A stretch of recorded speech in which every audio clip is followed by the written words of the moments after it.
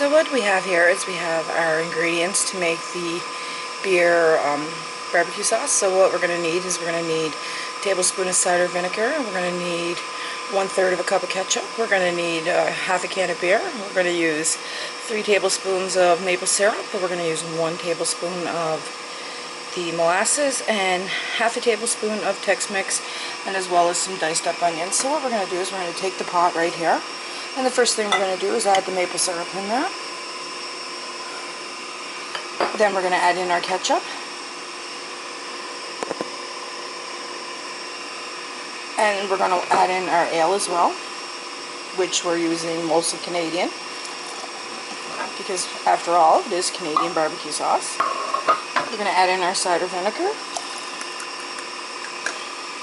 We're going to add in our molasses,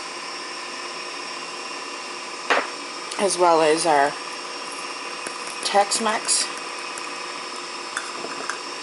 and now the onions. So what we're going to do is we're going to actually cook this on the stove on medium to low heat, and then we're going to bring it to a boil, and then we're going to simmer it for 10 to 12 minutes, and I'll bring it back when we have it on the stove now. And what we're going to do is we just turned it on to medium temperature, and I'm just going to whisk all the ingredients together as it warms up, and it's going to be 10 to 12 minutes on a low simmer, and that's just to thicken it up. So I'm just going to continue to whisk it and bring it to heat, and I'll bring it back. So if you notice, the color and the consistency of the sauce is starting to thick up and change. So we're just going to continue to bring it to simmer, and I'll bring it back. So when it gets to this point, you're going to let it go another 10 minutes. So I just wanted to show after the 10 minutes, this is what it looks like. And as you can see, the color and the texture has definitely changed.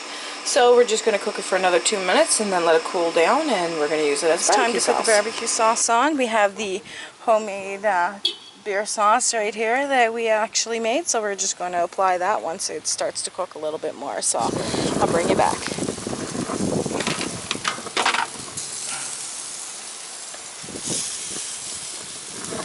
So we're just going to cover it all up,